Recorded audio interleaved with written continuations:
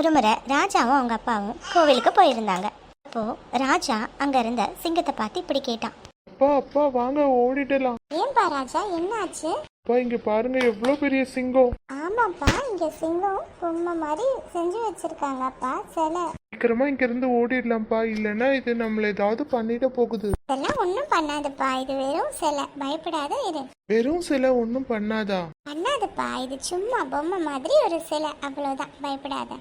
அப்போ கடவுளும் சில தானப்பா, அவர் மட்டும் எப்படி நம்ம காப்பாத்துறாரு? அதுக்கு அவங்க அப்பா ராஜாவுக்கு புரியுற மாதிரி மெதுவா எடுத்து சொன்னாரு. கடவுள் எல்லா இடத்துலயும் இருக்காருப்பா, நமக்குள்ள இருக்க கடவுளை நம்ம தெரிஞ்சுக்கணும். அதுக்காக தான் கோவில்களையும் கடவுள் சிற்பங்களையும் செதுக்கி வச்சிருக்காங்க. கடவுளுக்கு சிலை இருந்தாதான் நம்மளை ஆசீர்வதிக்கணும்னு கிடையாது.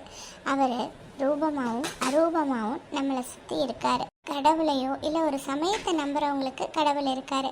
இல்லைன்னா இந்த பிரபஞ்சமே ஒரு கடவுள் தான். நம்மளை மீறின ஒரு சக்தி கண்டிப்பா இருக்கு. என்னப்பா சொல்றீங்க? ஆமாப்பா, நமக்குள்ள என்ன இருக்கோ அதுதான் இந்த பிரபஞ்சத்துலேயும் இருக்கு.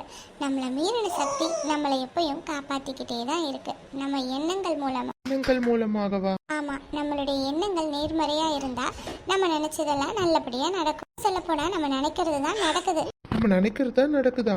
உதாரணமா நீ சாக்லேட் வேணும்னு கேக்குற, அது உனக்கு கிடைக்குதா?